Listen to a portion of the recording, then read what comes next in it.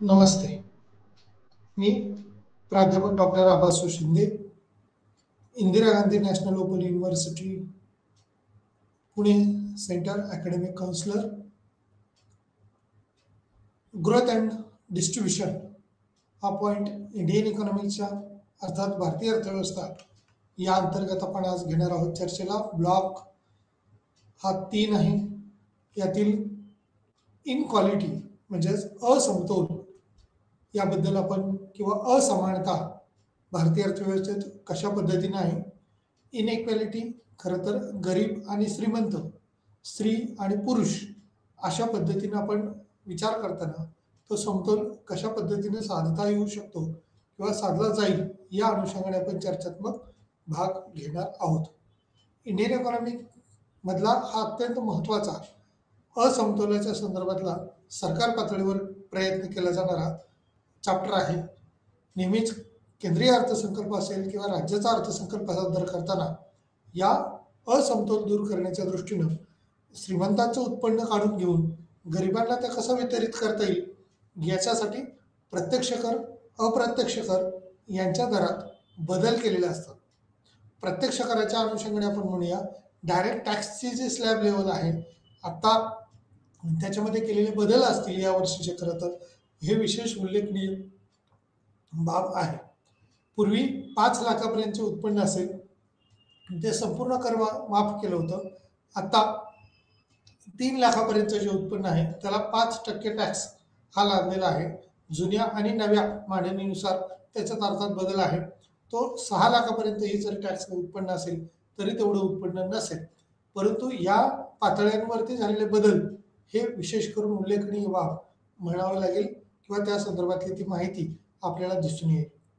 Indian economy किंवा भारतीय अर्थव्यवस्था 1 मध्ये वेगवेगळे भाग जसे शेती असेल, उद्योग असेल, सेवा असेल या क्षेत्राचा अभ्यास केला जातो. तसाच तो बँकिंगचा देखील अभ्यास केला जातो. आंतरराष्ट्रीय व्यापाराच्या अनुषंगाने अभ्यास केला जातो. दारिद्र्याचा अभ्यास केला जातो. या वेगवेगळ्या अभ्यासामध्ये हा इनइक्वॅलिटी किंवा असमानता हा पॉईंट देखील तितकाच महत्त्वाचा आहे.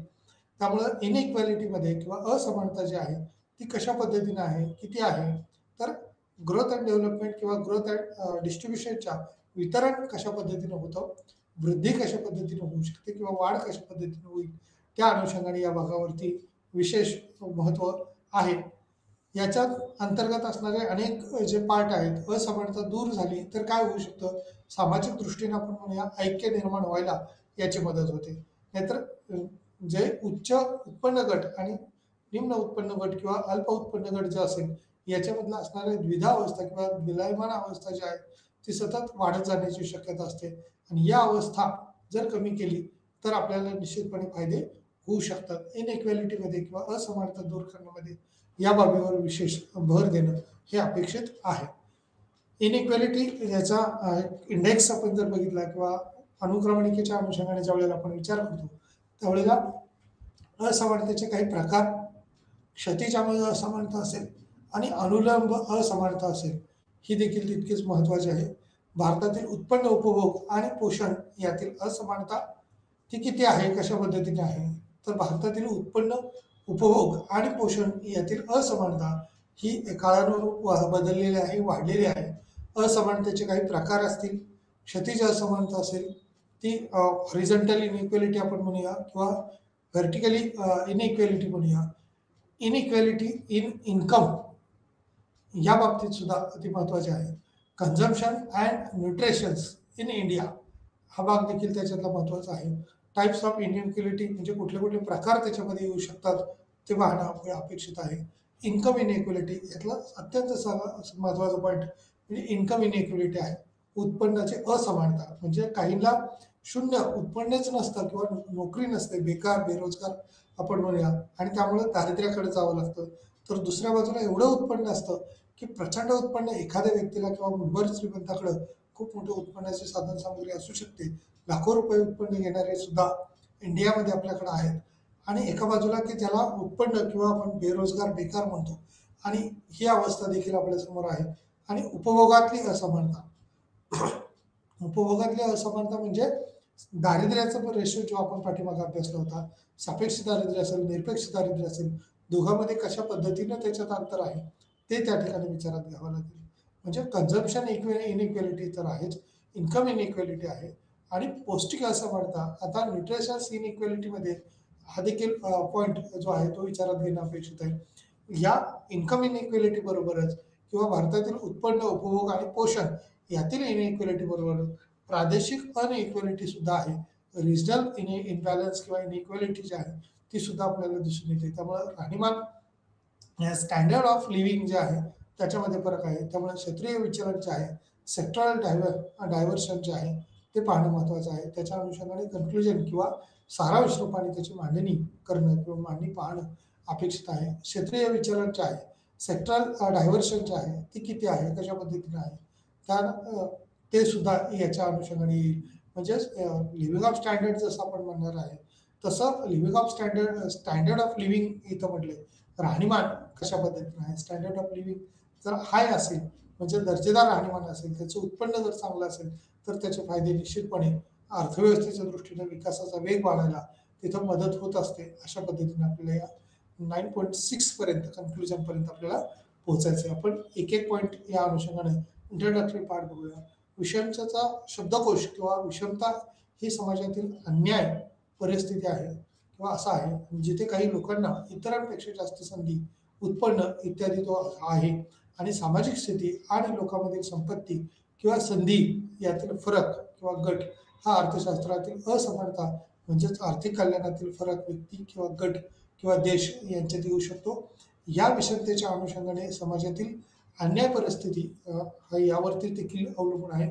सामाजिक स्थिती जी आहे ती कशा पद्धतीने आहे, किती आहे ती बघावी लागेल. त्यामुळे त्याचा असणारा फरक तो गट स्थापन करणं किंवा त्या त्या गटात आहे किंवा नाही, त्यामुळे असमानतेचा भाग हा दिसावा.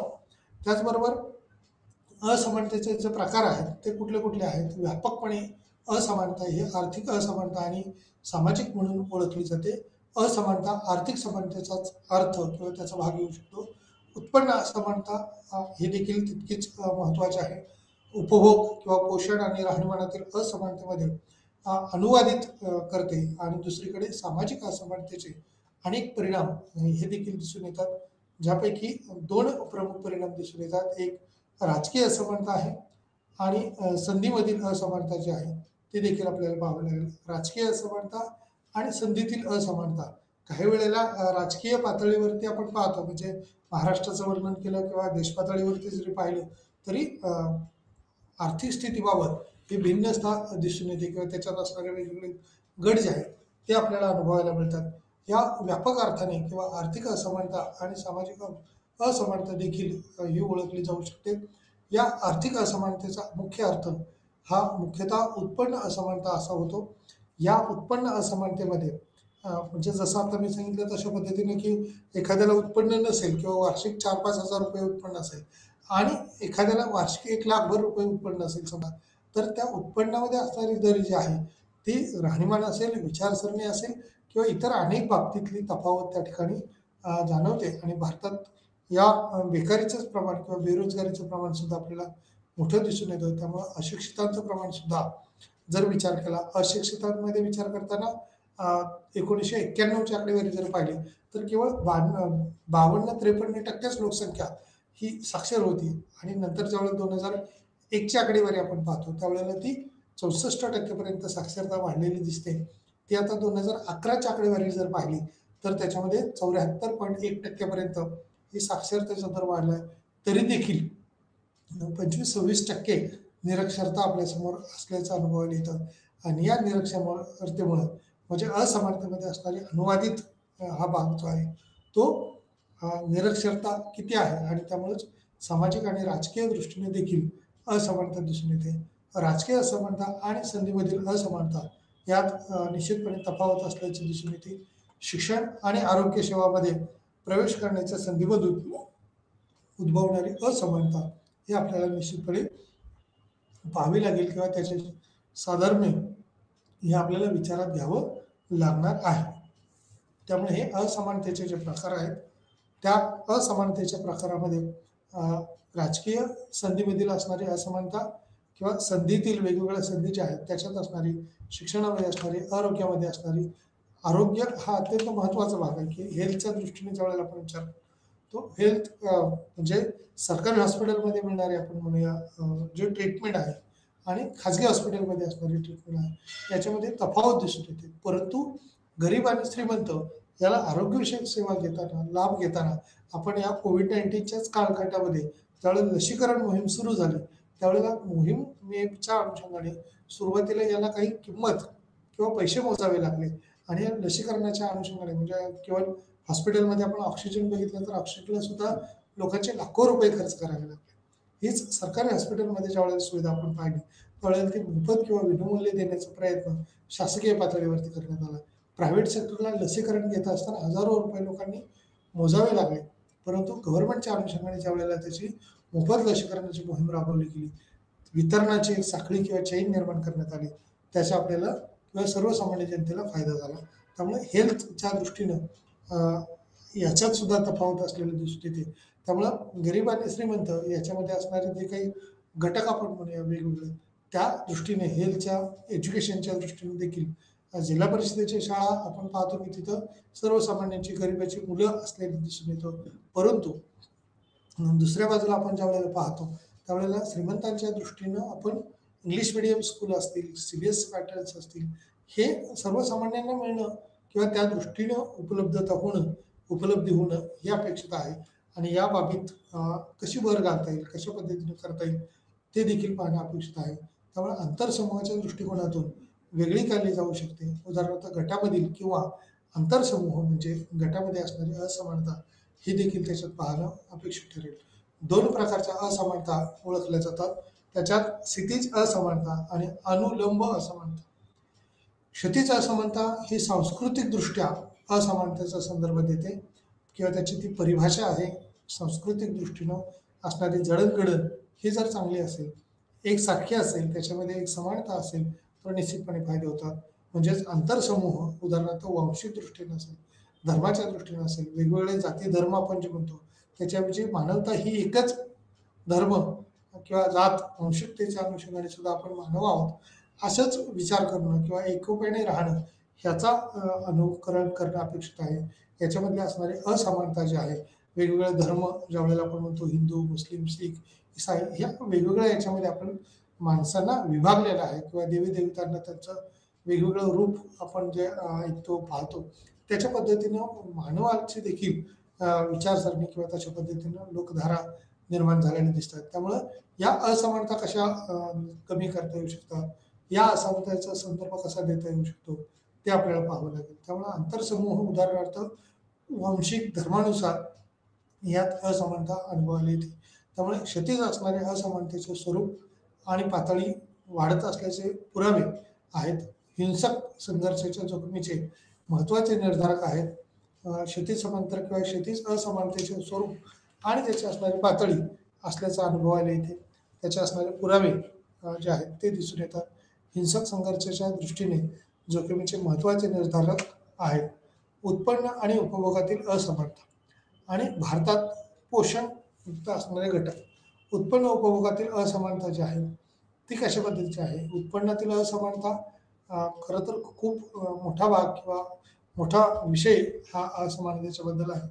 म्हणजे काही लोकांचं उत्पन्न हे लाखो रुपयांनी, कोट्यावधी रुपयांनी असतं आणि काही लोकांचं उत्पन्न मात्र निरपेक्ष दारिद्र्याच्या अनुषंगाने ज्याला काहीही उत्पन्न नाही अशी सुद्धा अवस्था असते. परंतु उपजीविकेसाठी आपल्याला उत्पन्नाची आवश्यकता असते. आर्थिक सुधारणांसाठी आपल्याला उत्पन्नाची आवश्यकता असते. जेवढ्या प्रमाणात उत्पन्न बदलेल तशा पद्धतीने या उत्पन्न वाढीनुसार उपभोगामध्ये देखील बदल होतो. परंतु उत्पन्नातील वाढ ही उपभोगातल्या वाढीपेक्षा जास्त असते. उत्पन्न हे वेगाने वाढू शकतं, उपभोग मात्र तेवढा वाढेलच असं होत नाही. कारण प्राथमिक पातळीवरती आपण पाहतो त्यावेळेला अन्न, वस्त्र, निवारा या मूलभूत गरजा ज्यावेळेला पाहतो, त्यानंतर शिक्षण असेल आणि आरोग्य असेल, या 5 गोष्टी मनुष्याला किमान आवश्यक असतात. या झाल्यानंतर किंवा याच्यातलाच दर्जात्मकरित्या वाढ करणं शक्य होतं आणि या दर्जा वाढल्यानंतर विशिष्ट टप्प्यापर्यंत व्यक्तीला समजा एखाद्या वेळेला 4 व्हीलर घेण्याची आवड असेल समजा, म्हणजे 2 व्हीलर असेल, 4 व्हीलर असेल, या अनुषंगाने काही ठराविक पातळीपर्यंत आपली मागणी करू शकते. त्यानंतर त्यांची मागणी नसेल. पण उत्पन्न हे वाढू शकतं. उत्पन्न वाढीनुसार उपभोग हा तेवढा वाढेलच असं होत नाही. त्यामुळं बचतीचं प्रमाण देखील वाढू शकतं. त्या अनुषंगाने उपभोगामध्येच असणारा जो आहाराचा भाग आहे, तो जर पोषक आहार घेतला, भारतात पोषण द्रव्य जर पोषक घटक मिळणारे आहार अल्प दरामध्ये उपलब्ध झाले, तर त्याच्यातून निश्चित फायदा होतो. भारत सरकारने अनेक कार्यक्रम हे राबवले आहेत. गरीब कुटुंबांना मजुरी देऊन त्यांचे उत्पन्न वाढवण्यात मदत करणे, रोजगाराच्या संधी ज्यामुळे उत्पन्नावरील दुष्परिणाम हे कमी होतात. असमानता मोठ्या संख्येने किंवा गरीब अशिक्षित आहेत त्यात वाढ करणे, म्हणून अकुशल असे रोजगार कार्यक्रम निश्चित संख्येची खात्री करण्यासाठी चालवले जातात. नोकरीचे दिवस काहीसे किंवा कामासाठी अन्न तत्वावर प्रामुख्याने मदत करण्यासाठी दारिद्र्य रेषेखालील असणारी गरीब कुटुंबे वगैरे त्याचा देखील त्याच्यात विचार करावा लागतो.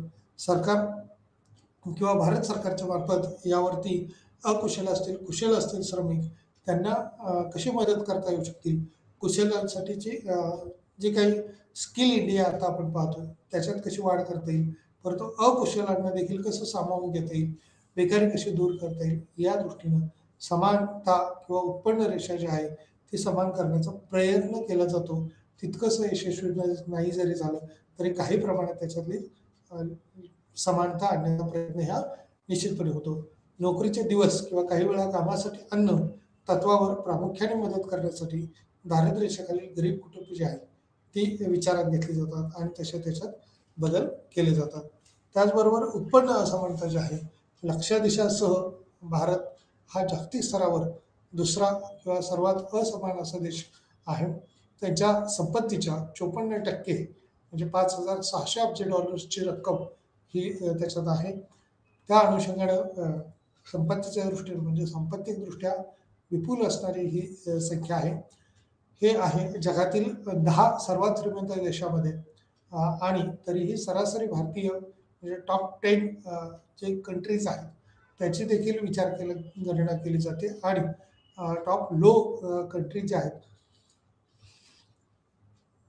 त्याच्या देखील विचार केला जातो. तर त्या अनुषंगाने भारताची घोडदौड किंवा एक वाटचाल आपण म्हणूया सुस्थितीत किंवा चांगल्या पद्धतीने चालली, एक उदयोन्मुख अर्थव्यवस्था म्हणून भारताकडं सध्या पाहिलं जातं. तरी देखील उत्पन्नात असणारी असमानता ही वेगवेगळ्या टप्प्यावर आपल्याला अनुभवायला येते. कोणत्याही देशासाठी या उत्पन्न असमानतेमागील प्रमुख काही कारणे विचारात घेतली जातात. अत्यंत असमान मालमत्ता किंवा त्याचं वितरण आहे, अपुरा रोजगार निर्मिती असेल, विभेदक प्रादेशिक वाढ आहे आणि त्या दृष्टीने देखील विचार करायला पाहिजे. भारतासाठी उत्पन्न असमानतेची प्रमुख कारणे आहेत, खालीलप्रमाणे ओळखली जाऊ शकतात.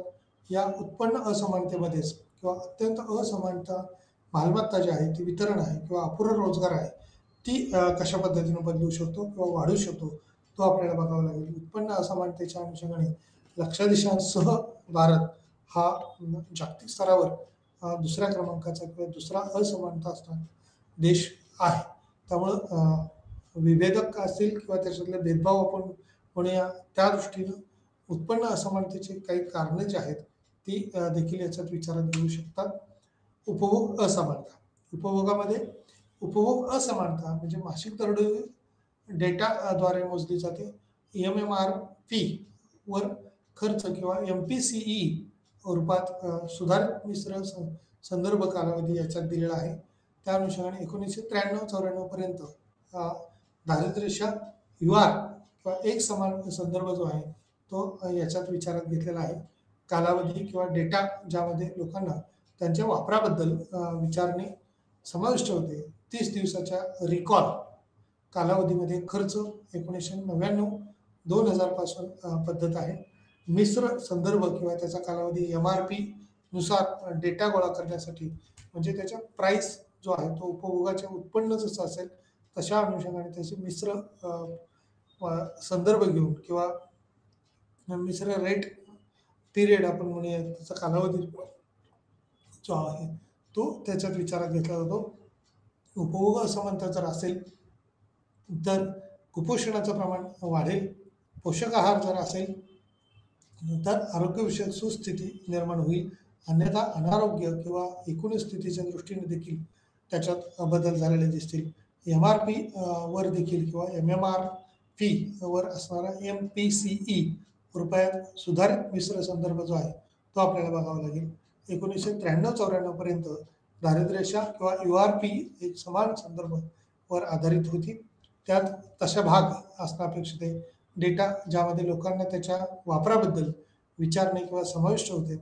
30 दिवसाच्या रिकॉल कालावधीमध्ये खर्च हा 1999 ते 2000 पासून जर विचार केला किंवा त्याची पद्धती पाहिली तर त्याच्यात उपभोग असमानतेचं प्रमाण स्वतंत्रोत्तर कालखंडात आता बदल होत गेलेला आहे किंवा आताच्या आहार प्रक्रियेमध्ये देखील बदल झालेला आपल्याला दिसून येतोय. आता या पौष्टिक असमानतेच्या दृष्टीने शरीराच्या पौष्टिक गरजा आणि शोषण यातील अंतर हे देखील शरीराचे पोषण हे कुपोषणाचे प्रमाण मानले जाते. संकल्पना अंतर्निहित कुपोषण आणि त्यांचे मोजमाप यापूर्वीच अभ्यासले गेले आहे. या अंतर्निर्णय किंवा शरीराच्या पौष्टिक गरजा ज्या आहेत त्या पूर्ण करण्याच्या अनुषंगाने देखील याच्यात असणारे बदल हे प्रामुख्याने जाणवतात. कुपोषणाचे प्रमाण जे आहे ते भारतात आजही निरपेक्ष दारिद्र्य असल्यामुळे कुपोषणाचं प्रमाण आहे किंवा पोषक आहार मिळत नाही. त्यामुळे बालकांच्या दृष्टीने किंवा लहान मुलांच्या दृष्टीने शाळेच्या मार्फत हा पोषक आहार गरजूंपर्यंत पोहोचवला जातो. या अन्न व नागरी पुरवठा मंत्रालय आपण म्हणूया किंवा भारत सरकारची जी वेगवेगळी मंत्रालय आहेत त्यांच्या मार्फत वेगवेगळ्या सोयीसुविधा, मग कृषी विभाग असेल तर कृषीच्या माध्यमातून असेल, आहाराच्या दृष्टीने असेल तर आहाराच्या दृष्टीने त्या मानव संसाधन मंत्रालय असेल यांच्या मार्फत या पोषक आहाराचा सीधा वाटप जो आहे तो करण्याच्या दृष्टीने प्रयत्न केला जातो. स्वस्त धान्य दुकानामार्फत सुद्धा अन्नबरोबर धान्य हे पुरवठा करण्याचं काम हे केलं जातं. म्हणजे इथं कुटुंबाची क्षमता किंवा आपण असं म्हणूया त्यांची क्षमता असते किंवा ते करून खाऊ शकतात. त्यामुळे त्या ठिकाणी गहू असेल, तांदूळ असेल ते पुरवण्याचं काम केंद्र सरकारच्या मार्फत केलं जाते. तर जिल्हा परिषदा असतील, प्राथमिक शाळा असतील तर त्या अनुषंगाने पोषक आहार हे देण्याचं काम शालेय स्तरावरती वेगवेगळे विभाग करत असतात. त्यामुळे पोषकता तरी देखील आपण म्हणूया मायग्रेट लेबरच असतात, स्थलांतरित कामगार असतात. म्हणजे कोऑपरेटिव्ह सेक्टरच्या दृष्टीनं साखर कारखाने जर बघितले तर साखर कारखान्यांच्या चालू कालखंडामध्ये म्हणजे ऊस तोडणी चालू असताना त्या विशिष्ट कालामध्ये असणारे एकूण लोकसंख्येचं प्रमाण काही जिथं कोऑपरेटिव्ह सेक्टरचे साखर कारखाने मोठ्या प्रमाणावर आहेत, सहकारी साखर कारखाने असतील ते किती प्रमाणात आहेत, कशा पद्धतीने आहेत, त्यात कशी वाढ होते ती जर पाहिली तर तिथे येणारं लेबरचं आपण मायग्रेंट लेबर आहे ते वाढलेलं असतं. आणि या मायग्रेंट लेबरमुळं तिथल्या असणाऱ्या समस्या या देखील वाढतात. जसं की आपण असं म्हणूया ग्रामीण भागातून शहरी भागामध्ये सुद्धा जर लोकसंख्या वाढली तर शहरातलं झोपडपट्ट्याचं प्रमाण वाढतं. अनावश्यक पद्धतीचं ड्रिंकिंग वॉटर पिण्याच्या पाण्यावर ताण येतो, इतर मैला पाण्यावरती ताण येतो आणि इतर अशा अनेक घटकांवरती अतिरिक्त भार येत असल्यामुळे त्या सुविधांवर किंवा ट्रॅफिकच्या दृष्टीने ज्यावेळेस बघतो रस्ते अपुरे पडू लागतात आणि यावरती अतिरिक्त ताण येऊ शकतो. शैक्षणिक स्थितीच्या बाबतीत सुद्धा आपण जर विचार केला तर त्याच्यावरती सुद्धा ताण येऊ शकतो. त्यामुळे पोषणता जी आहे ती शरीराची पोषकता ही कुपोषणाचे प्रमाण मानले जाते. संकल्पना आणि अंतर्निहित कुपोषण जे आहे आणि त्यांचे मोजमाप जे आहे ते यापूर्वीच अभ्यासले गेले आहे. या शरीराच्या अनुषंगाने किंवा पौष्टिक गरजा ज्या आहेत आणि पोषण यातील अंतर जर पाहिले तर शरीराचे पोषण हे कुपोषणाचे प्रमाण मानले जाऊ शकतं. संकल्पना अंतर्निहित कुपोषण आणि त्याचे मोजमाप जे आहे ते देखील बघावं लागेल. यापूर्वीच काही बाबी हे अभ्यासले असू शकतात. त्या अनुषंगाने असणारा भाग हा विचारात घेऊ शकतात. त्यामुळे पोषक आहार किंवा पौष्टिक आहार हा मिळवणं किंवा मिळणं हा नागरिकाचा एक प्रकारचा अधिकार आहे. तशा पद्धतीची उपलब्धता करून देणे ही सरकारची जबाबदारी आहे किंवा त्या दृष्टीनं रोजगार निर्मिती करणं हे देखील तितकंच महत्त्वाचं आहे. त्याचबरोबर प्रादेशिक असमानता जर आपण पाहिली तर प्रादेशिक असमानतेमध्ये वेगवेगळ्या राज्यात आपण म्हणूया वेगवेगळी स्थिती असल्याचे दिसून येते. नवशास्त्रीय वाढ सिद्धांतानुसार भांडवलाच्या सुरुवातीच्या टप्प्यात वाढीसह भांडवलाची किरकोळ उत्पादकता वाढ पाहिली जाते. या नवशास्त्रीय वाढीनुसार किंवा सिद्धांतानुसार भांडवलाच्या सुरुवातीच्या टप्प्यात जी वाढ घडून आली ती भांडवलाची किरकोळ उत्पादकता वाढ होऊ शकते. या श्रम शोषण मध्ये संबंधित घट तथापि दीर्घकाळात जर ते परिणामी श्रमिक तांत्रिक प्रगती वाढवते, नंतर घटते. श्रम पोषण उलट होईल. परिणामी तेच दरडोई उत्पन्न किंवा त्याचा प्रदेश असणार होईल, वाढतील. आणि जर सर्व राज्यामध्ये किंवा प्रदेशांनी सक्रिय धोरणाचा पाठपुरावा जर केला तर त्या अनुषंगाने सुद्धा काही धोरण हे शासनामार्फत ठरवता येऊ शकतं. नवशास्त्रीय संकल्पनेच्या अनुसार, सिद्धांताच्या अनुसार भांडवलाच्या सुरुवातीच्या टप्प्यात वाढीसह भांडवलाची किरकोळ उत्पादकता किती आहे, म्हणजे मी काही भांडवल जर गुंतवलं असेल तर त्याच्यापासून त्याची उत्पादकता किती आहे. आता ही खरं तर शेतीची उत्पादकता मोजली जाते. म्हणजे 1 हेक्टर क्षेत्र असेल तर त्याच्यामध्ये 10 क्विंटल एवढं गहू उत्पादन झालं तर 1 हेक्टर क्षेत्राची किंवा जमिनीची उत्पादकता 10 क्विंटल गहू एवढं होईल. मग त्या जेवढं भांडवल इन्व्हेस्टमेंट केलं जाईल त्या भांडवलाच्या बदल्यात आपल्याला किती उत्पन्न मिळू शकते. तसं उत्पन्नाच्या अनुषंगाने आपल्याला म्हणता येईल ही उत्पादकता, उत्पादनाची असणारी स्थिती ही वेगवेगळ्या राज्यात वेगवेगळी असू शकते. आणि त्यामुळं प्रादेशिक असमतोल, आता महाराष्ट्राचा विचार केला आणि राजस्थानचा विचार केला तर महाराष्ट्रामध्ये सपाट प्रदेश हा मोठ्या प्रमाणावर मिळेल. त्या तुलनेत कर्नाटकमध्ये किंवा राजस्थानमध्ये तेवढा सपाट प्रदेश, शेतीयोग्य जमीन ही उपलब्ध नाही होणार. कर्नाटककडे जर पाहिलं तर त्या ठिकाणी तांदळाच्या शेतीप्रमाणेच तिथं नारळाचं उत्पादन किंवा कोकण किनारपट्टीच्या वेळेला आपण पाहतो तिथं नारळाचं उत्पादन मोठ्या प्रमाणावर होऊ शकतं. मच्छीमारी व्यवसाय मोठ्या प्रमाणावर होऊ शकतो. राजस्थानमध्ये जर पाहिलं तर आपण वाळवंटी प्रदेश जास्त आहे, त्यामुळे तिथली वाळवंट हे प्रादेशिक स्थानांच्या अनुषंगाने ज्यावेळेला आपण पाहतो त्यावेळेस त्याचा उपयोग त्याच एरियामध्ये करून आपल्याला काय करता येऊ शकतं का, पर्यटन स्थळं जे आहेत जम्मू काश्मीरचे असतील, आसामचे असतील किंवा इतर राज्यांची आपण स्थिती जर पाहिली तर त्या त्या ठिकाणच्या जम्मू काश्मीरचा ज्यावेळेला आपण विचार करतो त्यावेळेला हिमालयीन पातळीवरचा असणारा भाग हा जास्त आहे आणि लोक तिथं पर्यटनाचं आकर्षक केंद्र म्हणून पाहिले जातात. वेगवेगळी धार्मिक स्थळं आहेत, या धार्मिक स्थळांना देखील भेटी देण्याचं काम मग काशी असेल, मथुरा असेल, अशी जी काही धार्मिक स्थळं आहेत त्या त्या ठिकाणचा असणारा प्रदेश हा वेगवेगळा आहे.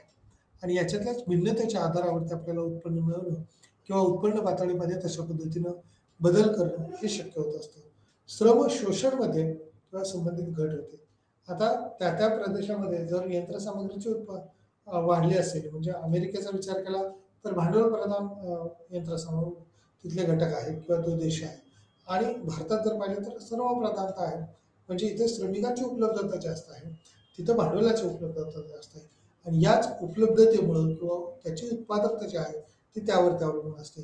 जर्मनीसारखा देश आपण ज्यावेळेला पाहतो तिथं हिरोशिमा नागासाकी वरती झालेल्या अणुबॉम्बच्या शस्त्रामुळे जर्मनीसारखा देश हा विध्वंस झालेला देशाचा दिसून येतो. परंतु जर्मनीनं पुन्हा टेक्नॉलॉजीच्या जोरावर, यंत्रसामग्रीच्या जोरावर अनेक बाबी या पुन्हा रिस्ट्रक्चरिंग केल्या आणि पुन्हा जर्मनी सुस्थितीत आलेली दिसून येते. तथापि दीर्घकाळात जर ते परिणामी श्रमिक तांत्रिक प्रगती वाढवते, नंतर घटते आणि परिणामतः श्रम शोषण किंवा उलट होईल. परिणामी त्याच्या अनुषंगाने त्याच्यात बदल झालेले दिसतील. दरडोई उत्पन्न किंवा प्रदेश वाढतील आणि जर सर्व राज्य प्रदेशांना सक्रिय धोरणाचा पाठपुरावा यात केला जाऊ शकतो किंवा तशा अनुषंगाने त्याच्यात बदल होऊ शकतो. वाढ किंवा वाढीचा दर हा स्थिर राहण्याची प्रवृत्ती हे दर्शवेल. राज्य दुसऱ्या शब्दात जर सांगायचं झालं तर याचा परिणाम हा उत्पन्न असमानता कमी होईल किंवा त्या अनुषंगाने उत्पादकता वाढेल. आता असमानते किंवा त्याची शोषणाच्या अनुषंगाने ज्यावेळेला आपण पाहतो त्यावेळेला याच्यात असणारे पौष्टिक घटक, त्या त्या प्रदेशाची असणारी वैविध्यता ही वेगवेगळी असू शकते, असमतोल असू शकतो. आणि याचाच अखंड भारताच्या दृष्टीनं किंवा सुजलाम सुफलामचा ज्यावेळेला आपण पाहतो आहाराच्या दृष्टीने ज्यावेळेला महाराष्ट्राकडे पाहिलं जातं त्यावेळेला महाराष्ट्राचा पुरणपोळी असेल या पोषक घटकाचा विचार केला जातो किंवा आहारामध्ये फलाहारांचा देखील विचार केला जातो. जम्मू काश्मीरच्या दृष्टीने ज्यावेळेला आपण विचार करतो, आसामचा ज्यावेळेला विचार करतो त्यावेळेला तिथला असणारा आसामकडचा चहाचं उत्पादन असेल, चहा पावडर आपण जी म्हणतो ती चहाची शेती त्या ठिकाणी केली जाते आणि त्याचं उत्पादन घेतलं जात असेल किंवा इतर घटकाचं उत्पादन आपण विचारात घेतलं तर जम्मू काश्मीरच्या दृष्टीने आपण सफरचंदाचं उत्पादन, ॲपल फ्रुट्स ज्यावेळेला आपण म्हणतो त्यावेळेला त्याचं उत्पादन त्या ठिकाणी मोठ्या प्रमाणावर आहे. शरीराच्या पौष्टिक गरजा आणि शोषण यातील अंतर जे आहे ते कशा पद्धतीचं आहे, त्यात किती बदल होतोय ते आपल्याला बघावं लागेल. पोषकता ही कुपोषणाचे प्रमाण मानले जाते. आणि पोषकता जर नसेल आणि कुपोषण जर असेल, कुपोषण असेल म्हणजेच पुरेशा प्रमाणात योग्य आहार उपलब्ध होत नसेल, अन्न, वस्त्र, निवारा ह्या जशा मूलभूत गरजा आहेत, तसंच त्यातला आहार किंवा अन्न ही गरज जर पूर्ण झाली नाही, पोषक घटक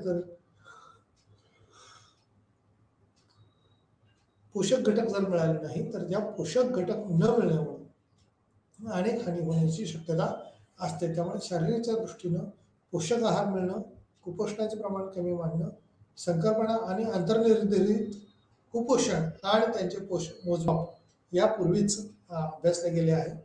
ते कसं वाढवता येऊ शकतं किंवा ते प्रमाण कसं मांडता येऊ शकतं ते पाहणं अपेक्षित आहे.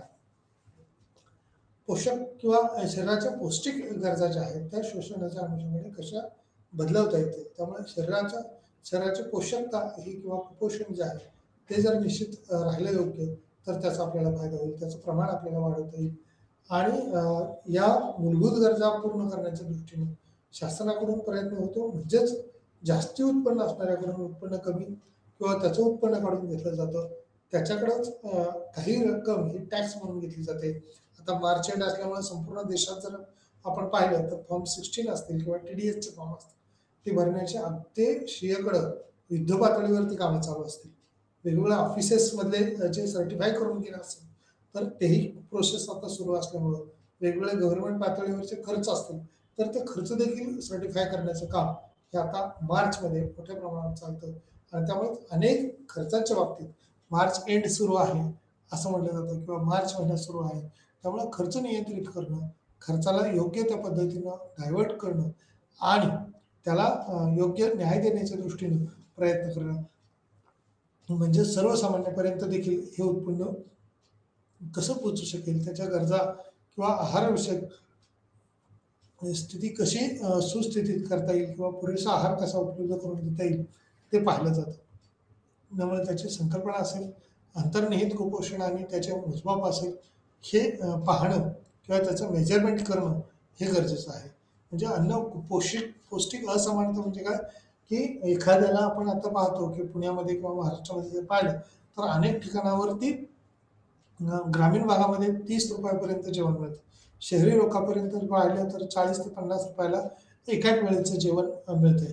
आणि पुरेशा प्रमाणातल्या कॅलरीज, उष्मांक जर कव्हर करण्या इतकं आहार जर नसेल, तर त्याला कुपोषण किंवा कुपोषणाला सामोरं जावं लागतं. म्हणजे अवयव एखादा विकलांग होणं असेल, त्यामुळे त्याच्यातली म्हणजे निकोप राहणं असेल, म्हणजे पोटभर आपल्याला जेवायलाच जर मिळालं नाही, तर त्यामुळं आपल्या शरीराचं नुकसान होण्याची शक्यता असते. त्यामुळे हे कुपोषणाचं प्रमाण जे आहे ते वाढलेलं आहे. संकल्पना अंतर्निहित कुपोषण आणि त्याचे मोजमाप आहे, पूर्वीच अभ्यासले गेले आहे. ते कशा पद्धतीने असू शकतं, पौष्टिक असमानता जी आहे ती कशी वाढू शकते किंवा पोषक दृष्टीनं यात कसा बदल करता येईल ते पाहणं अगत्याचं ठरेल. आता प्रादेशिक असमानतामध्ये या प्रादेशिक असमानता म्हणजे राज्याची स्थिती वेगवेगळी आहे असं आपण पाहिलं. मग या असमानतेमध्येच लिव्हिंग ऑफ स्टँडर्ड किंवा स्टँडर्ड लिव्हिंग म्हणजे गणना केलेल्या गिनी गुणांकाचे परिणाम हे वापरून जर पाहिलं तर अनेक अभ्यासकांनी अहवाल दिला आहे. SDPच्या बाबतीत असमानता वाढवण्याचा कोणताही निर्णायक पुरावा नाही. आणि SDP जे आहे त्या बाबतीत असमानता असल्यामुळं ती असमानता कशी दूर करता येऊ शकते, तर ती असमानता दूर करण्याच्या दृष्टीने त्याचा प्रयत्न होणं अपेक्षित असतं. स्टँडर्ड लिव्हिंग जर आपण बदललं किंवा राहणीमानाचा दर्जा उच्च केला, तर त्यासाठी असणारं अपेक्षित उत्पन्न आहे, उपभोगाची पातळी आहे आणि बचतीचा दर आहे. कारण बचत जरी केली तरी भविष्यामध्ये ती गुंतवणूक असेल आणि याच गुंतवणुकीतून राहणीमानाची दर्जा आपल्याला वाढवता येणं शक्य आहे. SDPच्या बाबतीत असमानता जर पाहिली, या वाढवण्याचा कोणताही निर्णायक पुरावा जर पाहिला तर तो किती असेल, कशा पद्धतीने असेल ते पाहणं अपेक्षित आहे. भारतातील ग्रामीण आणि शहरी कुटुंबामध्ये दीर्घ कालावधीसाठी 1980 आणि 1990च्या दशकाप्रमाणे, तथापि काही विशिष्ट कालावधी दरम्यान जर विचार केला तर आर्थिक सुधारणा ह्या मोठ्या प्रमाणावरती घडून आल्या. या वर्षाचा विचार करता 93 ते 2000 या काळात काही राज्यांनी असमानता जी आहे ती जरी वाढली असली, म्हणजे 1991चं खाजगीकरण, उदारीकरण आणि जागतिकीकरण, त्या अगोदरचं जर आपण पाहिलं तर 72चा दुष्काळ, त्या अगोदरचं थोडंसं बॅक पाहिलं तर हरित क्रांती 1965-66. पण त्याच्या आधी नुकतीच आपल्याकडे 2 युद्ध घडून आली. हिंदी चीनी भाई भाई म्हणत असताना 63-64ला असेल युद्ध, बांगलादेशाबरोबरचं युद्ध असेल आणि भारताला स्वातंत्र्य तर 1947ला मिळालं. त्याही अगोदर ज्यावेळेला आपण ब्रिटिशातलं पाहिलं तर 1929-30च्या कालखंडात असणारी जागतिक बंदी. आता या जागतिक बंदीच्या संकटाला सामोरं गेल्यानंतर पहिलं महायुद्ध, दुसरं महायुद्ध आणि स्वातंत्र्य मिळण्याचा काळ, तो विचार करता पहिली पंचवार्षिक योजना, दुसरी पंचवार्षिक योजना, त्याचबरोबर इतर गोष्टीत कसा वाढ होऊ शकतो किंवा तो कसा बदल झालेला आहे, तो SDPच्या अनुषंगाने किंवा त्या बाबतीत हा असमानता वाढवण्याच्या दृष्टीनं विचार करावा लागतो किंवा होत असताना दिसून येतो. त्यामुळे भारतातील ग्रामीण आणि शहरी कुटुंबामध्ये दीर्घ कालावधीसाठी 1980 ते 1990 या 10 वर्षात, खरं तर 1990चा काळ जर आपल्याला पाहायचा असेल तर भारतातला अत्यंत म्हणजे रोकड पैशाची जी संपत्तिक स्थिती आपण म्हणूया ती अत्यंत कमी स्वरूपाची होती. आता या संपत्तीत किंवा 15 दिवस पुरेल अन्नधान्य आपल्याला घेता येऊ शकेल एवढंच उत्पन्न PV नरसिंहराव पंतप्रधान असताना 90च्या कालखंडात निर्माण झाली होती. अर्थमंत्री त्यावेळेला मनमोहन सिंग होते आणि मनमोहन सिंगाच्या अध्यक्षतेखाली खाजगीकरण, उदारीकरण आणि जागतिकीकरणाचं धोरण हे राबवण्याचं निश्चित करण्यात आलं. त्यावरती शिक्कामोर्तब त्या PV नरसिंहराव सरकारांनी केला आणि त्याची अंमलबजावणी ही त्यावेळेला सुरू करण्यात आली. परंतु काही कालावधीपर्यंत असणारी शासकीय बंधनं, शासकीय संरक्षण आपण म्हणूया, ते फायदेशीर वाटत होतं. म्हणूनच 2000 पर्यंतचा कालखंड, 2005 असेल, 2010 पर्यंतचा कालखंड आपण पाहिलं की स्वातंत्र्य मिळाल्यानंतर देखील म्हणजे 60 वर्ष झाली तरी देखील काही बाबतीत आपण डिजिटलच्या अनुषंगाने बघूया, इतर रोजगाराच्या अनुषंगाने म्हणूया, 91 नंतरची जी काही धोरणं आपल्याकडे आलेली आहेत. आता खाजगीकरण सर्व क्षेत्रामध्ये आपण मोठ्या प्रमाणावर खाजगीकरण झालेलं दिसते. म्हणजे शासनाकडं संसद भवनाचा जर विचार केला तर तिथं असणाऱ्या कर्मचाऱ्यांना देखील जे आवश्यक आहेत तेवढेच कर्मचारी त्या ठिकाणी ठेवलेत, किंबहुना त्याच्यात घट केली आणि आता प्रायव्हेट सेक्टरला ते कॉन्ट्रॅक्ट देऊन ती कामं करण्याचं काम केलेलं दिसून येते. म्हणजे STPच्या बाबतीत जर आपण पाहिलं तर असमानता ही मोठ्या प्रमाणावर दिसून येते. त्या असमानतेच्या अनुषंगाने जी गणना केली आहे ती गरीब गुणांकाचे परिमाण ते विचारात घेतलेलं आहे. या बाबतीत असमानता आहे. त्या असमानतेत निर्णायक दृष्टी किंवा निर्णायक घटक कशा पद्धतीने दिलेले आहेत. भारतातील ग्रामीण आणि शहरी कुटुंबामध्ये दीर्घ कालावधीसाठी 1990 किंवा 1980 ते 90, 80ला खरं तर बेकारीची स्थिती होतीच, परंतु काही सुस्थितीत म्हणजे रोजगार घटले होते, लोक बेकार झाले होते, याचं प्रमाण हे देखील 80मध्ये म्हणजे रोजगारीचा समस्या ही मोठ्या प्रमाणावर 1980मध्ये जाणवली. 72ला तर दुष्काळच होता आणि 91ला आपल्या तिजोरीतला खळखळाट झाला होता. किंवा 15 दिवस अन्न खरेदी करून खाता येऊ शकतं एवढंच अन्न उपलब्ध होतं. त्यामुळे लिव्हिंग ऑफ स्टँडर्ड जे आहे ते दर्जात्मक किंवा गुणवत्तापूर्ण आहार घेणं, खरेदी करणं हे एक दिव्य स्वप्न होतं. त्यामुळं त्या दृष्टीनं केलेले प्रयत्न हे वेगवेगळ्या पद्धतीचे होते. दरम्यान जो आर्थिक विकासाचा वेग आहे तो 1900 किंवा 2010च्या नंतर आपण पाहतो तो आणखी वेगाने वाढला. 2015मध्ये जर पाहिलं तर वाढलेलाच दिसतो. परंतु 2019मध्ये जागतिक परिस्थितीचा विचार करता त्याच्यात जे बदल झाले ते फार मोठ्या प्रमाणात झाले. 2000च्या नंतरचा जो सगळ्यात मोठा आपण म्हणूया भाग जर विचारात घेण्यासारखा असेल तर 2019, 2019-20 आणि 21 या 2-3 वर्षाचा जर काळ पाहिला, आता आपण 22-23 किंवा 23-24 मध्ये वाटचाल करत आहोत आणि आर्थिक वर्षाच्या दृष्टीने हे 22-23च आहे. कारण याचा समारोप हा किंवा या महिन्याचा हा महिना वित्तीय दृष्टीने आपण म्हणूया हा शेवटचा असतो, मार्च एंड. त्यामुळे म्हटलं जातं एप्रिलपासून आर्थिक वर्ष हे नवीन जाहीर केलेलं असतं. त्यामुळं त्या वर्षातले खर्च, त्या वर्षातले असणारे उलाढाल, टर्नओव्हर हे वेगवेगळ्या पद्धतीचे असू शकतात. त्यामुळे कुटुंबामध्ये दीर्घ कालावधीसाठी 1980 आणि 90च्या दशकाप्रमाणेच तथापि कमी कालावधी दरम्यान जसे की आर्थिक सुधारणा ह्या विचारात घेतलेल्या आहेत.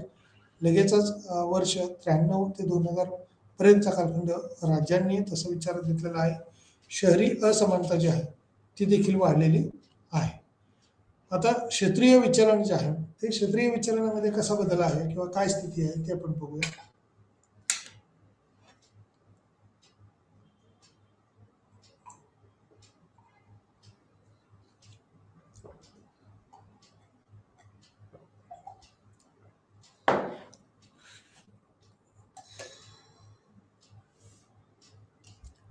क्षेत्रीय विचारणामध्ये प्रमुख क्षेत्राद्वारे विश्लेषण करणे, उदाहरणार्थ कृषी क्षेत्र असेल, उद्योग क्षेत्र असेल आणि सेवा क्षेत्र असेल, या 3 क्षेत्राच्या अभ्यासातून असे दिसून आले की सुधारणांचा कोणताही परिणाम हा झाला नाही. कृषी क्षेत्रासाठी किंवा प्रादेशिक असमानता जी आहे ती विचारात घ्यावी लागते. पण म्हणून आतापर्यंत औद्योगिक आणि सेवा क्षेत्राचा संबंध हा सुधारणा किंवा पूर्णपणे बदलत्या स्थितीबरोबर आलेला दिसतोय. स्थिर किंवा ट्रेडमधून जी डी पीमध्ये त्याच्यात झालेला बदल हा देखील अनुभवायला येतोय, त्याच्यातलं पाहायला मिळतोय. त्यांच्या योगदानाच्या दृष्टीनं ट्रेड हा 1980च्या दरम्यान कशा पद्धतीनं केला जातोय किंवा गेलेला आहे, झपाट्याने आपण म्हणूया किंवा म्हणजेच वेगाने त्याच्यात बदल झालेला आहे, ट्रेंड तो चेंज झाला आणि 90चं दशक जे आहे ते देखील त्याच्यात विचारात घेतलेलं आहे. कृषी क्षेत्रासाठी किंवा दुसरीकडे एक माध्यम म्हणून वरच्या दिशेने क्षेत्रामध्ये प्रादेशिक असमानतेचा प्रादेशिक असमानतेचा कल हा देखील विचारात घेतलेला आहे किंवा तो वाढलेला आहे. प्रमुख क्षेत्राद्वारे विश्लेषण करणे किंवा उदाहरणार्थ कृषी, उद्योग आणि सेवा क्षेत्र यात झालेले बदल हे विचाराधीन आहेत किंवा विचारात घ्यावे लागतात. काही अभ्यासातून असे दिसून आले की सुधारणांचा कोणताही परिणाम हा झालेला नाही. म्हणजे काही राज्यांमध्ये असेल, काही प्रदेशामध्ये असेल, तर ह्या प्रादेशिक विचलन ही खूप मोठी संकल्पना आहे. खरं तर गुणक असेल, त्वरक असेल, प्रयोग असेल आणि विचलन आहे, सहसंबंध गुणक असेल. या क्षेत्रीय विचलनाच्या अनुषंगाने किंवा क्षेत्रात असणारा कित्येक पटीचा फरक जो आहे तो जाणवायला लागला आणि त्यामुळेच कृषी उत्पादकता ज्यावेळेला आपण अभ्यासतो त्यावेळेला स्वातंत्र्य मिळालं त्यावेळेला कृषीवर अवलंबून असणाऱ्यांचं प्रमाण हे खूप मोठ्या प्रमाणावर होतं. म्हणजे 80-90% लोकसंख्या ही केवळ शेतीवर अवलंबून होती आणि आत्ता आपण जर पाहिलं तर अगदीच 55% लोकसंख्या ही आजही शेतीवर अवलंबून आहे. म्हणजे याच्यात बदल झाला आणि त्यानंतर आता उद्योग क्षेत्र असेल किंवा सेवा क्षेत्र असेल यातलं राष्ट्रीय उत्पन्नातलं योगदान देखील वाढत आहे आणि शेतीवरचं अवलंबित्व देखील आता काही प्रमाणात कमी व्हायला मदत झालेली आहे. कारण इथली लोकसंख्या उद्योग क्षेत्र असेल, सेवा क्षेत्र असेल या ठिकाणी डायव्हर्ट किंवा कन्व्हर्ट झालेली दिसून येते आणि या कृषी क्षेत्राच्या प्रादेशिक वाढीबरोबरच ही जी असमानता आहे आतापर्यंत औद्योगिक आणि सेवा क्षेत्राचा संबंध जो आहे तो सुधारलेला आहे किंवा बदललेला आहे असं आपल्याला दिसून येतं. या सुधारणा बरोबरच पूर्णपणे त्याची बदलची स्थिती जी आहे ती झालेली आहे.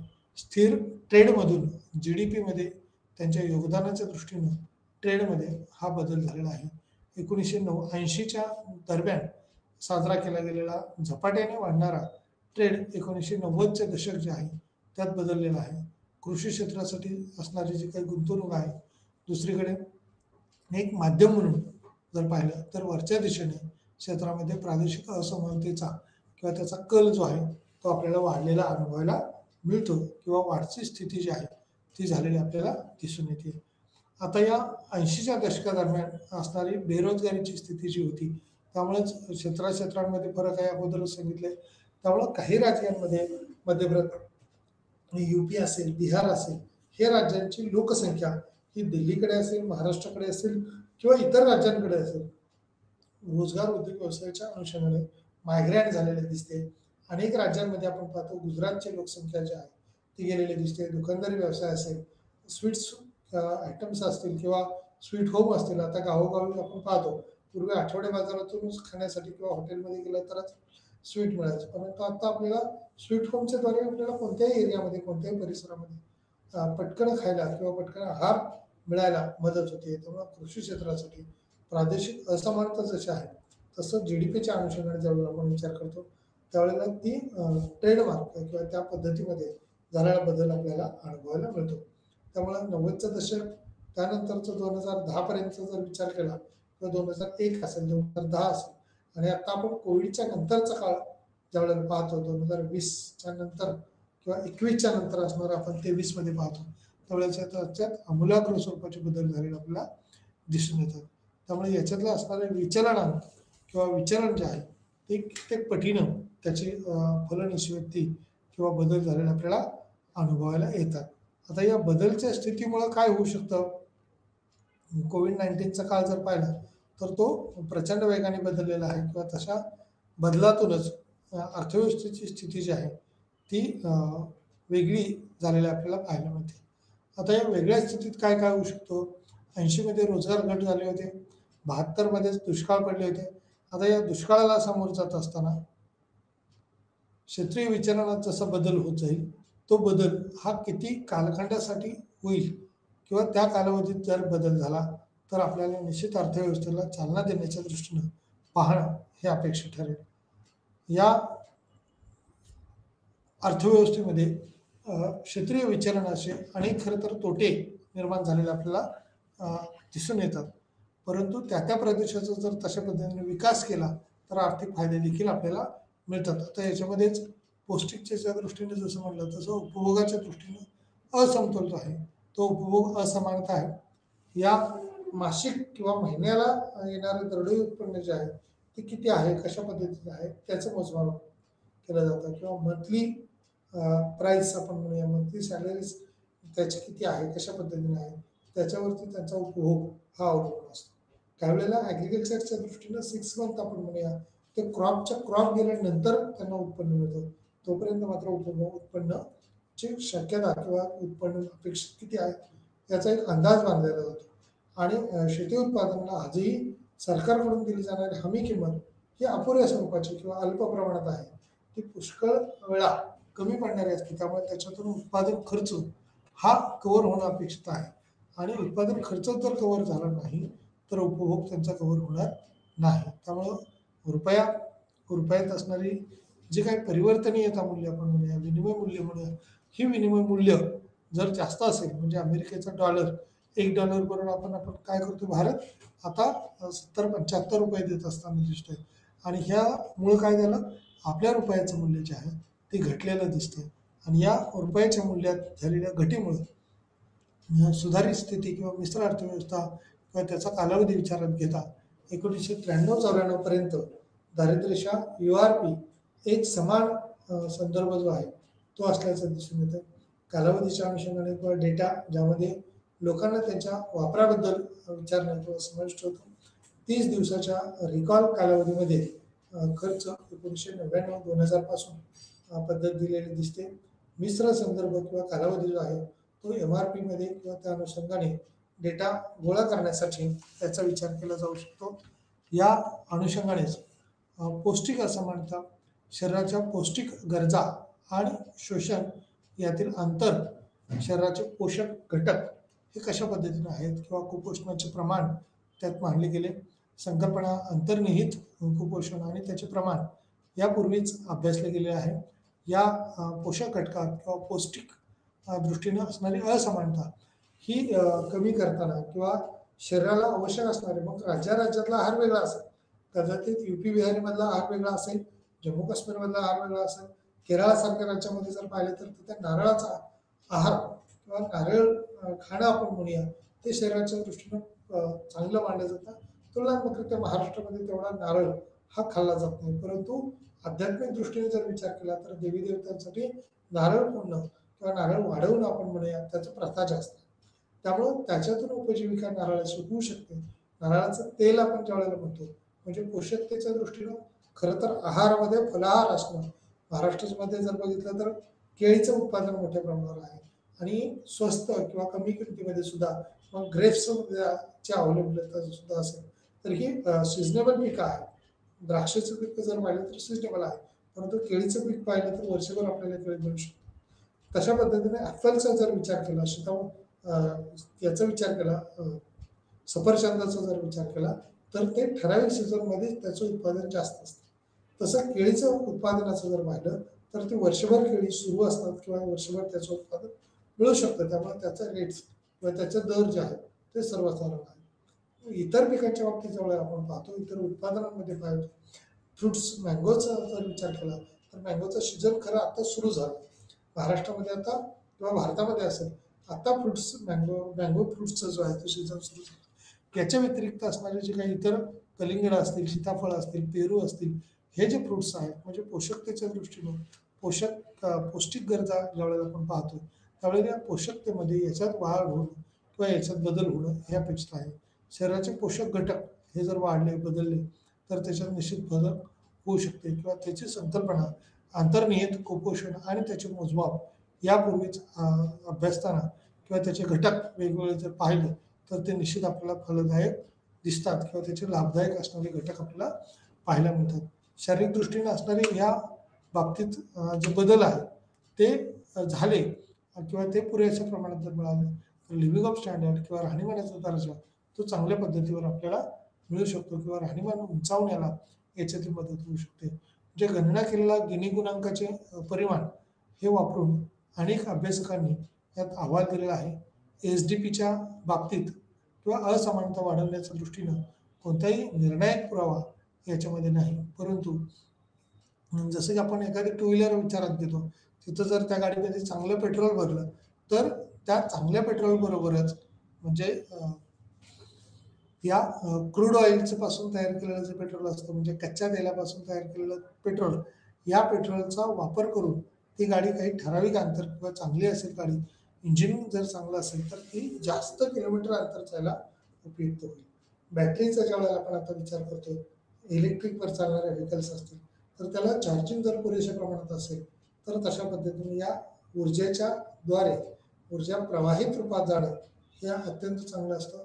जसं की आपण जनावरांच्या बाबतीत पाहतो, मानवाच्या बाबतीत पाहतो, जनावरांकडून जो चारा खाल्ला जातो, या चाऱ्यामध्ये म्हणजे सूर्याची असणारी जी काही सूर्यप्रकाश आपण म्हणूया, किरण म्हणूया, ते जमिनीवर पडतात. जमिनीवरचे सूर्यप्रकाश किंवा किरण हे अंतर्भूत शोषून घेतलेले असतात आणि एखादं पीक किंवा एखादं उत्पादन ज्यावेळेला आपण पाहतो, ते ज्यावेळेला अन्न घटक शोषून घेण्याचं काम करतं किंवा सूर्यप्रकाश हा पाण्याच्या मार्फत शोषून घेतला जातो आणि जमिनीतून ज्यावेळेला जमिनीतले वेगवेगळे घटक आणि इन्क्लुडिंग आपण म्हणूया त्यांचे असणारे नत्रस असतील ते शोषून घेणं, पाणी शोषून घेणं असेल आणि या सगळ्याची ऊर्जा ही त्या फ्रुट्समध्ये किंवा फळांमध्ये आलेली असते, धान्यांमध्ये आलेली असते, कडधान्यांमध्ये आलेली असते. या धान्यांमुळे किंवा कडधान्यांमुळं एकूण उत्पादनात जशी वाढ किंवा या घटकात जेवढी बदल होईल त्या अनुषंगाने भारतातील स्थिती जी आहे ती वेगवेगळ्या पातळीवरती लिव्हिंग ऑफ स्टँडर्डकडे सुद्धा म्हणजे पोषक घटक तर मिळतीलच, पण त्या अनुषंगाने त्याच्यात कित्येक पटीने जास्त आरोग्यदायक किंवा फायदेशीर उत्पादन घटक मिळतील. त्याचा गिनी गुणांकच्या सहाय्याने देखील मोजमाप करता येऊ शकतो. एस-डी-पीच्या अनुषंगाने जर पाहिलं तर त्यात किती बदल झाला किंवा असमानता वाढवण्याचा प्रयत्न झालेला दिसतो. भारतातील ग्रामीण आणि शहरी कुटुंबामध्ये दीर्घ कालावधीसाठी 1980 आणि 1990च्या दशकाप्रमाणे तथापि कमी कालावधीत दरम्यान जसे की आर्थिक सुधारणांचा असणारा कालावधी, या कालावधीत किती प्रमाणात बदल झाला, 1980 ते 1990 या कालखंडात असणाऱ्या अनेक समस्या, त्या समस्यांना सामोरं जात असताना विशेष करून उत्पन्नाच्या स्वरूपात असणाऱ्या समस्या, पोषक आहाराच्या दृष्टीने असणाऱ्या समस्या, राहणीमानाच्या असणाऱ्या समस्या या सातत्याने वाढत गेल्या आणि त्याचं प्रमाण हे 1990मध्ये अत्युच्च पातळीला गेलं होतं. त्यामुळेच 1991ला खाजगीकरण, उदारीकरण आणि जागतिकीकरण याचा अवलंब करून या दशकामध्ये सरकारकडून अनेक सोयीसुविधा जशा वाढवून दिल्या गेल्या, स्वतःकडून उत्पन्न उपलब्ध करण्याबरोबरच स्वातंत्र्य आपण म्हणूया खऱ्या अर्थानं, वित्तीय स्वातंत्र्य आपण म्हणूया, ते देण्याचं काम या कालखंडात झालं. त्यामुळे 93 ते 2000 ही काही राज्यांनी शहरी असमानता जी आहे ती वाढत होती, ती नियंत्रित करण्याचा प्रयत्न केला. त्याच्यात वेगवेगळे घटक कसे वाढवता येतील, त्याचे कसे सगळ्यांना फायदेशीर ठरतील याच्यावरती भर दिलेला आपल्याला पाहायला मिळतो किंवा त्याचे अनुभवायला मिळतात. क्षेत्रीय विचलन जे आहे ते प्रमुख क्षेत्राद्वारे विश्लेषण करणे, उदाहरणार्थ कृषी, उद्योग आणि सेवा यात काही अभ्यासातून हे समोर आलं किंवा याचे निष्कर्ष दिसून आले. त्यामुळे कृषी क्षेत्रासाठी प्रादेशिक असमानता पण म्हणून महत्त्वाचे आहे. आतापर्यंत औद्योगिक आणि सेवा क्षेत्राबाबत असणारे संबंध हे दिसून येत होते. त्यामुळे स्थिर ट्रेडमधून GDPमध्ये त्यांच्या योगदानाच्या दृष्टीनं ट्रेड 80 द्वारे याच्यात बदल झालेला दिसतो. झपाट्याने त्याच्यात वाढ झालेली आहे आणि 1990-91च्या दशकामध्ये खऱ्या अर्थानं आर्थिक सुबत्ता निर्माण व्हावी या दृष्टीनं खाजगीकरण, उदारीकरण आणि जागतिकीकरणात विशेष भर दिला आणि त्यातून उत्पन्न वाढीचे प्रमाण वाढवले.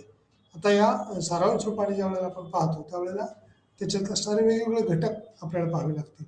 ही असमानता वेगवेगळ्या प्रकारची असू शकते, व्यापकपणे त्याचे वर्गीकरण केले जाऊ शकते. आर्थिक आणि सामाजिक असमानता जी आहे ती पूर्वी संबंधित असणारे किंवा उत्पन्नातील असमानता जी आहे ती देखील आपल्याला पाहावी लागेल.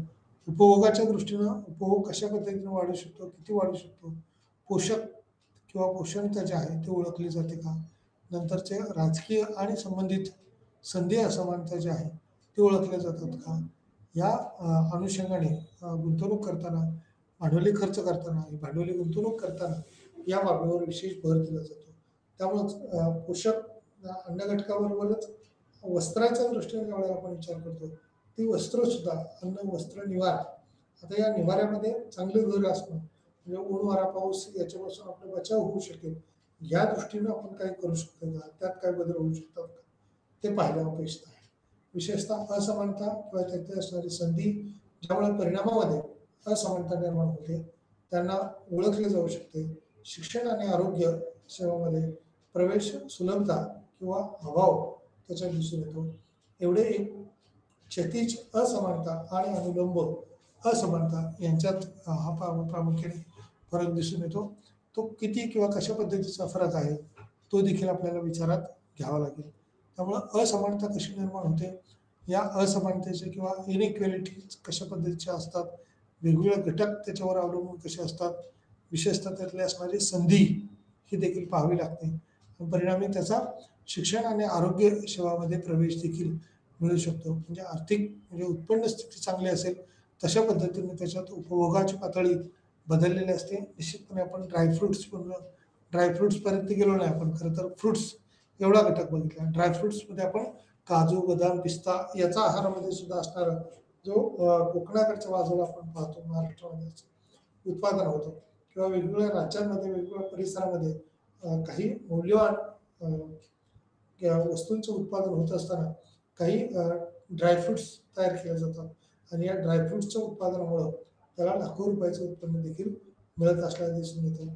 त्यामुळं नंतरच्या कालखंडात असेल, राजकीय परिस्थितीच्या अनुषंगाने असेल, या उत्पादनात कशी वाढ झाली,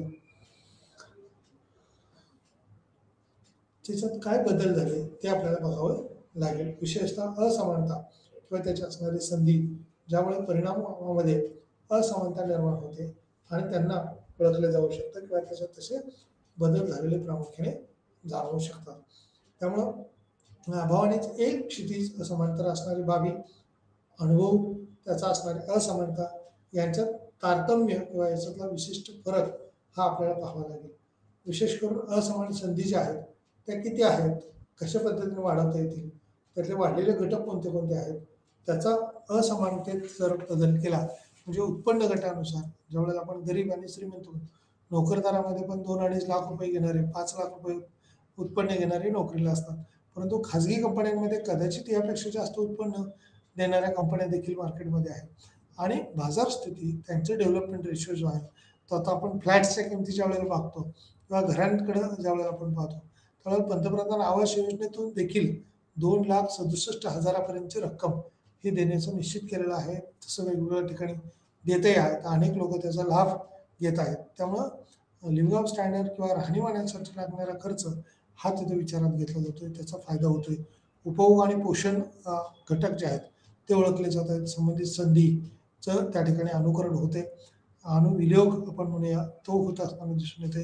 विशेषतः असमानता किंवा त्याची संधी जी आहे ती वाढलेली आहे. परिणामामध्ये असमानता निर्माण होते आणि आर्थिक सुबत्ता यायला विशेष करून मदत होते. या बाबतीत या युनिटमध्ये नव्या असमानता किंवा इनइक्वॅलिटी याच्यावर भर दिला होता. त्याच्या आधी आपण पॉवर्टी किंवा दारिद्र्यावरती भर दिला होता. ही दारिद्र्य असमानता कमी करण्यासाठी सरकारकडून, राज्य सरकार असेल, केंद्र सरकार असेल, यांच्याकडून ठोस पावलं उचलणं हे अपेक्षित असतं. तरच आपण उच्च उत्पन्न पातळीला जाऊ शकतो आणि ही समानता आणली तर देशाचा आर्थिक विकासाचा वेग आहे तो चांगल्या पद्धतीने वाढायला मदत होऊ शकते. या ठिकाणी आपण थांबूया. धन्यवाद.